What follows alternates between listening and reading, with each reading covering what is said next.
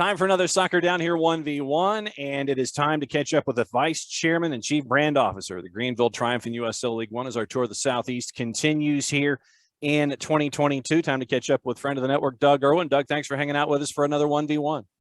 Yeah, thanks for having me on. All right, so first reason that I wanted to bring you on is the recent announcement about the Triumph and the idea about Mauldin, South Carolina. And for those that aren't intimately familiar with the geography of the Greenville area, I guess let's kind of get into the whys and the wherefores and the geography and the logistics and all this. Explain Mauldin for us. Yeah, sure, John. It's kind of a small world. The place where we're going is where we're hopefully going, I should say, is not far from where I used to live. If we make the comparison to Atlanta and you look at all the numbers on the clock of all the suburbs, I would say Mauldin is about 5 o'clock, so southeast of Greenville. Greenville's a city that's got very small city limits. So we can say we're going out to a suburb and still be less than 10 minutes door to door from downtown. The site that we've got for the proposed stadium is a fantastic development that's just getting underway called Bridgeway Station. It's about a 40-acre plot of land right on Highway 385 and about 1.5 miles from where Highway 85 intersects. This is, for us, it's a huge opportunity to get in front of our fans. A lot of people have asked what the why is for why Mauldin, why not downtown Greenville. There are a couple factors. Obviously, that Greenville has some challenges in downtown on the land side. There's just not as much of it because it's such a thriving downtown. But for us, as we evaluated, we started at about 40 sites. We landed on this one because it's a great development with a developer who is very known and respected across Greenville and the upstate. But for us, it's right in the heart of our fans. We pulled a heat map of all our ticket holders from our 3 seasons so far, and the brightest spot on that map is right in Mauldin and Simpsonville, the neighboring town.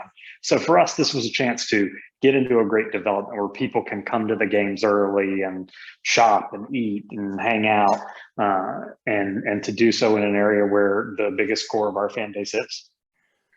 And this is something where, specifically in the USL League One model, that this is not anything new. South Georgia Tormenta with their development in Statesboro with Darren Van Tassel, it's about having the stadium being an anchor as a part of a larger growth. Sean McDaniel and the Martinos in Chattanooga at CHI Memorial, the same thing. Stadium is in the process of being completed in its wraparound, but you also have the live, eat, work, play dynamic there as well. So this isn't something completely foreign to what we're seeing in USL League One, and it adds to the sustainability of having something more than just a stadium to where you can have things going on 24/7, 365. Yeah, totally agree. And it's definitely not an accident that this is happening a lot, both at the League One level and at the championship level.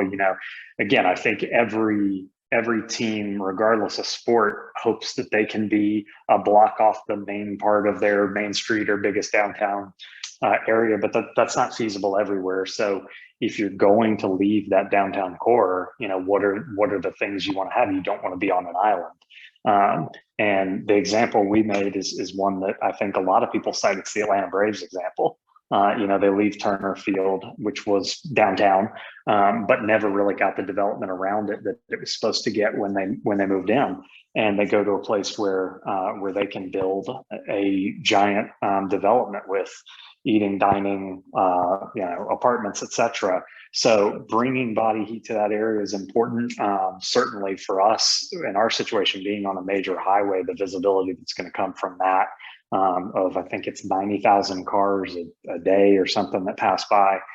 So that's huge for us, and yeah, turning it into more than just 2 hours of watching soccer. It's a whole day and afternoon for people now, and we're excited about that prospect because while we love legacy, it certainly has its challenge, and it is on a bit of an island, even though it's close to downtown.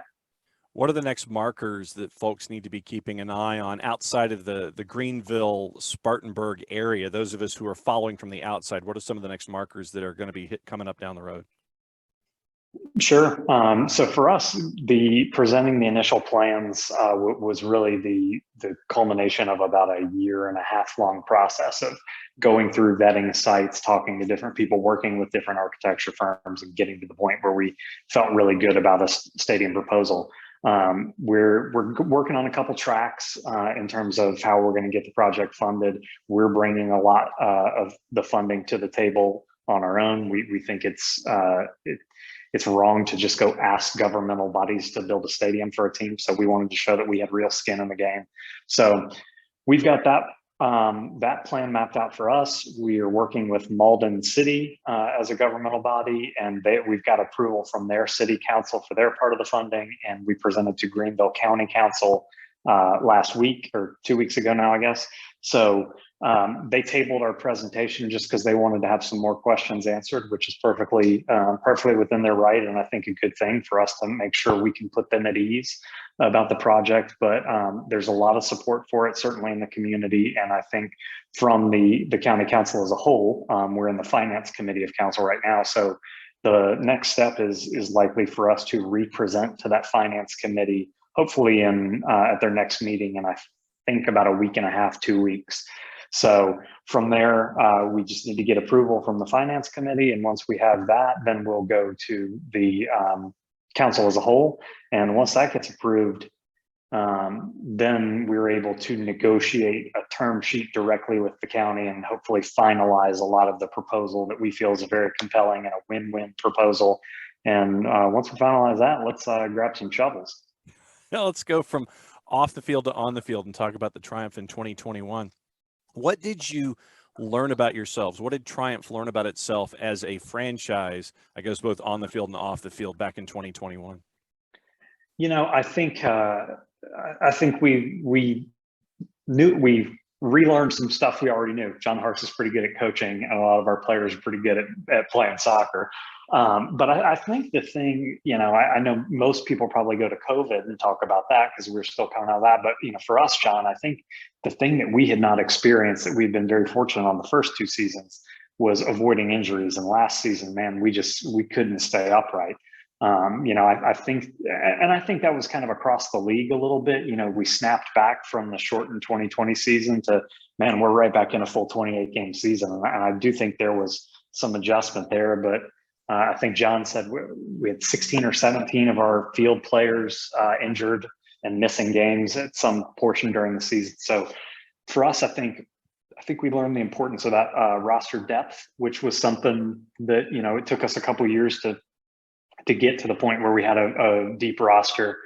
Certainly building a club from scratch year one, it was tremendous of us to get to the final. And I think in 2020 was where we started to see the versatility of the roster, and that was tested last year. And it's a testament to what John and his coaching staff were able to do, recruiting guys, in to fill out the roster. And we fell a game short.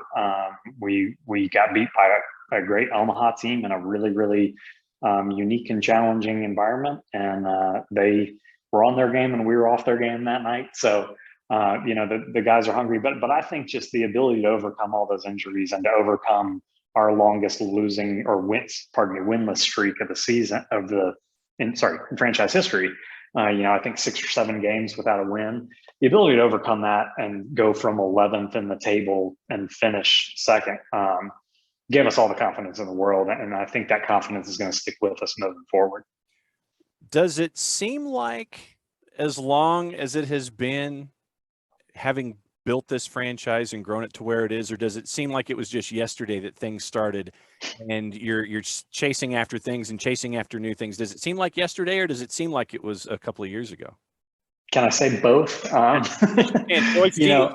Choice D works well as well. Yeah, I think it does feel just like yesterday that we were starting the thing from scratch. I'm sure the other people you talk to across, really any league, the 2020 and 2021 seasons felt like one gigantic season that lasted 10 years. And again, a lot of that was just COVID and scheduling, and just, there was really no off season because we were trying to get back to some kind of normal for 21. So I do feel like, as we sit here now in late January, this is the first time that we've really had a chance since late 2019, early 2020 to just be planning normally, and having a schedule out in advance, so there, I feel like there are some similar feelings that we had going into 2019 that are back this season. That's kind of fun to feel that buzz again. But it's just wild to think that we're already entering year 4. I can't believe it's been 3 seasons, but again, it feels like 2 seasons, and one of them lasted 40 days and 40 nights.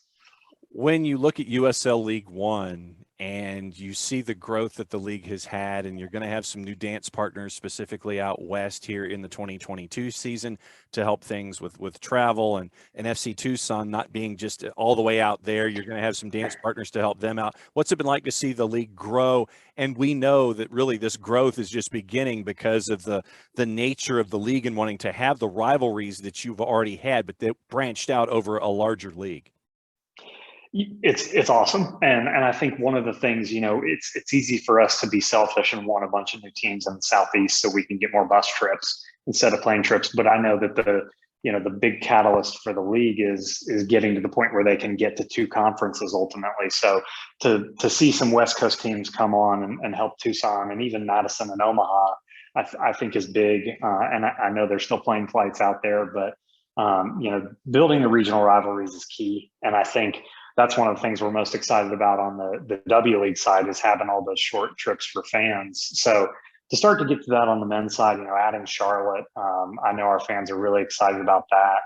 And to see the cities that are, talking about coming in across the next few years, Lexington, Knoxville, et cetera, I feel like that's going to be a jump off point is when we get to where we have a lot of those drivable, great away days for fans and get the fan support, because we don't get to experience that every game yet. And it could be 20 people that come to a game, but even 20 visiting supporters makes a huge difference in the environment, makes it a lot of fun. The players get really hyped about that. And I just think that the direction the league is pointing, going back to the stadium thing, about we're seeing these projects all across the country. The strength of the USL putting their weight behind the cities that have these stadium plans, it's bringing great stability to the league, and it's ensuring that the expansion is going to be healthy expansion and not yo-yoing expansion and contraction like we've seen in some other leagues cross country. Doug Erwin, Vice Chair, Chief Brand Officer, Greenville Triumph, hanging out with us for a Soccer Down Here 1v1 as we look back at 2021 and look toward 2022 for the Triumph in Greenville and the Upstate. Since you mentioned the W League, all right, let's go there.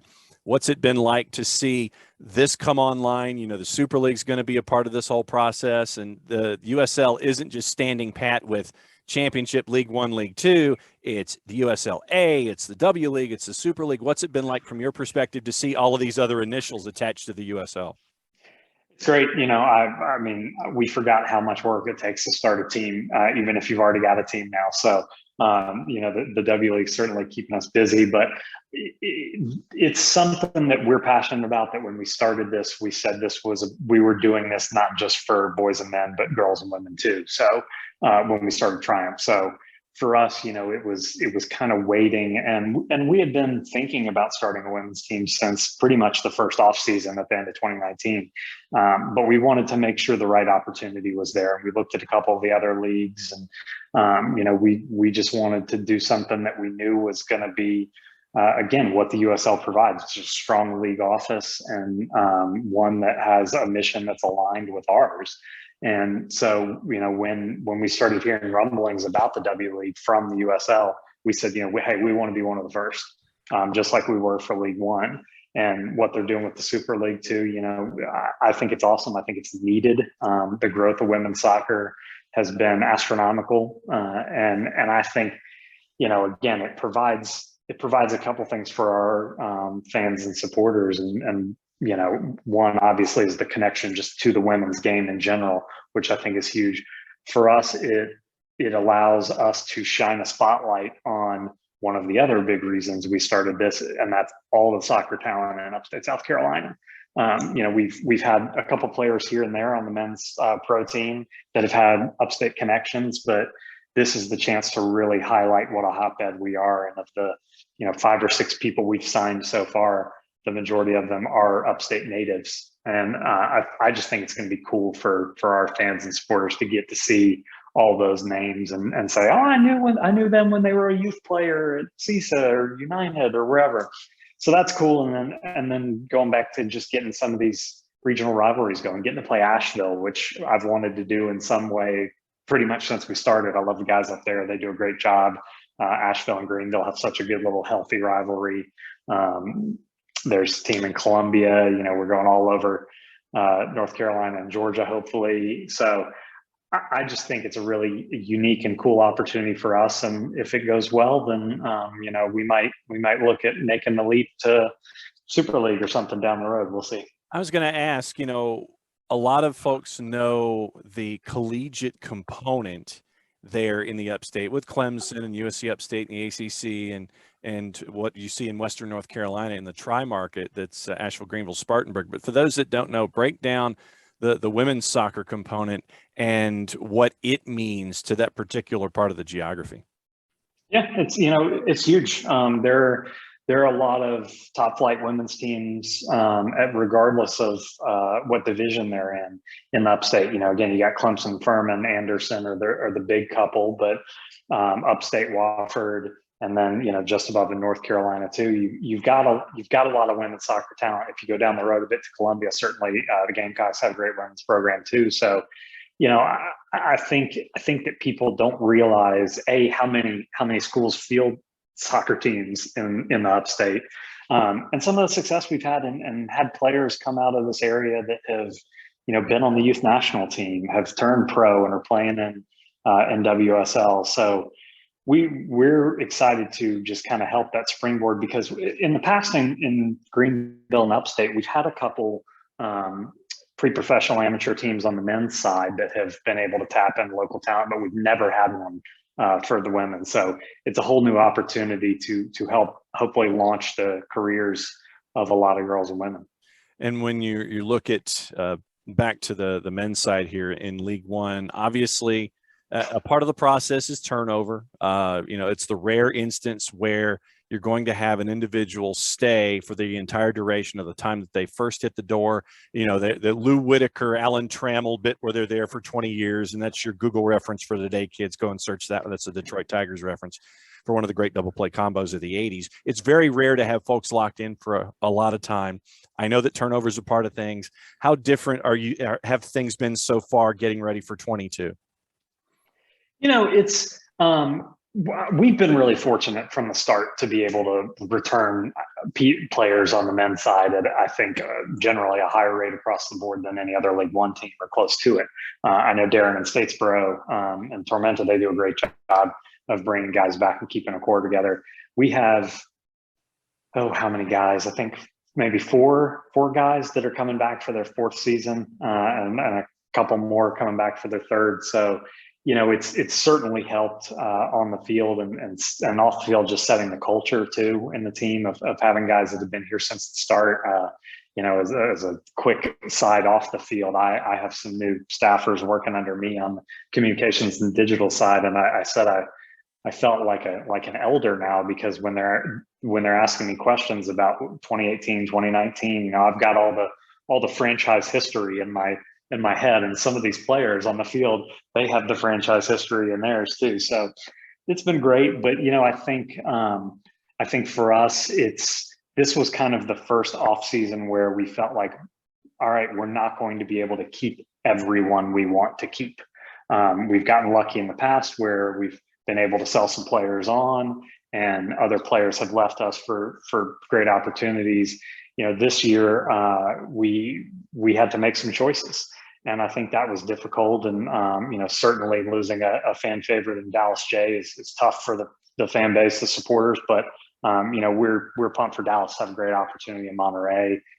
Excited to fire up ESPN Plus and watch that a little more. But, and I think one of the kind of fun things too that helps is we're able to bring back Jake Keegan. And that's our first instance of bringing back a player who had played with us for a stint previously. So, it's going to be unique. We lost a lot of goal scoring from last season. with Marios leaving and Lachlan heading to Northern Colorado. So we've got to find some goals, but this is where having John Harkes as your coach really comes in handy. I don't think we're ever hurting for potential players, and John and Alex and the whole staff is out scouting. So I think we're going to see a bit of a different makeup, even with a lot of returning guys. I don't know that's going to change the identity of our playing style so much, but for us, I think it's cool to bring back. I think we have 12 coming back and have them help set the tone for all the new guys. And in the community now, some of these players are built up brand names that our fans know, and people around town start to, really put faces with names after a couple of years. And that just helps our brand grow in the community, which is great. So you mentioned brand. Time to cut the promo for those that want to keep an eye on everything going on with the Greenville Triumph. How do they do it? Yeah, check us out on social media, Greenville Triumph SC or GVL Triumph on Instagram and Twitter. Stay tuned for more on the W League team. We're still working on unveiling a brand for that. Hopefully in about the next month or so, that'll come out. And man, we got a lot of fun stuff planned. I've been in meetings this week finalizing our promotional schedule for this season. So a lot of cool theme nights coming. Certainly with the women's team. Be on the lookout for that schedule soon. And then help spread the word about the stadium. We need to get this vote passed and get this thing built so we can have a home for all soccer in upstate South Carolina. We think this is really going to be, I don't want to say a palace. That sounds like we're going to overbuild it. But, again, just a central dot for all soccer in the upstate. So fingers crossed we can get that done and start turning some dirt over. And we'll be keeping an eye on things. As always, Doug Erwin, Vice Chair, Chief Branding Officer of the Greenville Triumph. Great to catch up with you. Great to get the update. Great to look back, but also looking forward. Once again, thanks for hanging out with us for a 1v1. We'll catch up with you soon with all the updates. Thanks, John. Appreciate it.